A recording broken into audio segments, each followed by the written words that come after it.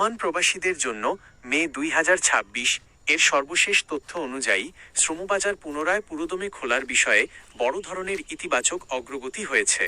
নিচে বর্তমান অবস্থা এবং দূতাবাসের কার্যক্রমের সারসংক্ষেপ দেওয়া হলো। 1. শ্রমিক ভিসার সর্বশেষ অবস্থা।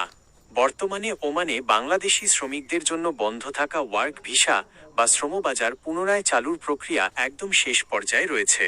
চালু হওয়ার সময়সীমা 2026 সালের শুরুর দিকে ওমান সরকারের সাথে উচ্চ পর্যায়ের বৈঠকের পর জানানো হয়েছিল যে আগামী 2 মাসের মধ্যে ধাপে ধাপে শ্রমিক ভিসা উন্মুক্ত করা হবে। সেই হিসাবে বর্তমান সময়ে মে 2026 অনেক ক্যাটাগরিতে ভিসা চালুর প্রক্রিয়া শুরু হওয়ার কথা। অদক্ষ ও আধাদক্ষ শ্রমিক 2023 সাল থেকে সাধারণ শ্রমিকদের ভিসায় যে নিষেধাজ্ঞা ছিল তা প্রত্যাহারের বিষয়ে আনুষ্ঠানিক আলোচনা সফল হয়েছে।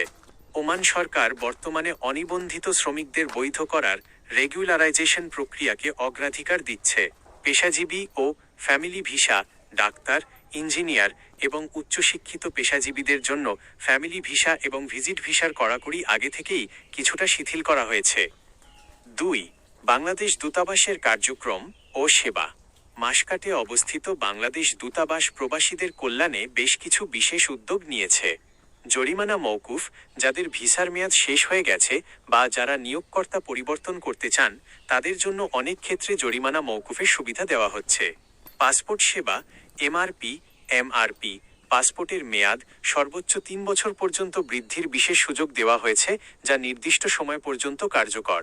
এছাড়া পাসপোর্টের কাজও নিয়মিত চলছে।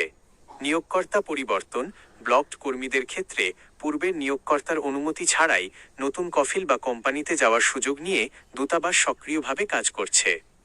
3. প্রবাসীদের জন্য গুরুত্বপূর্ণ পরামর্শ। দালাল থেকে সাবধান।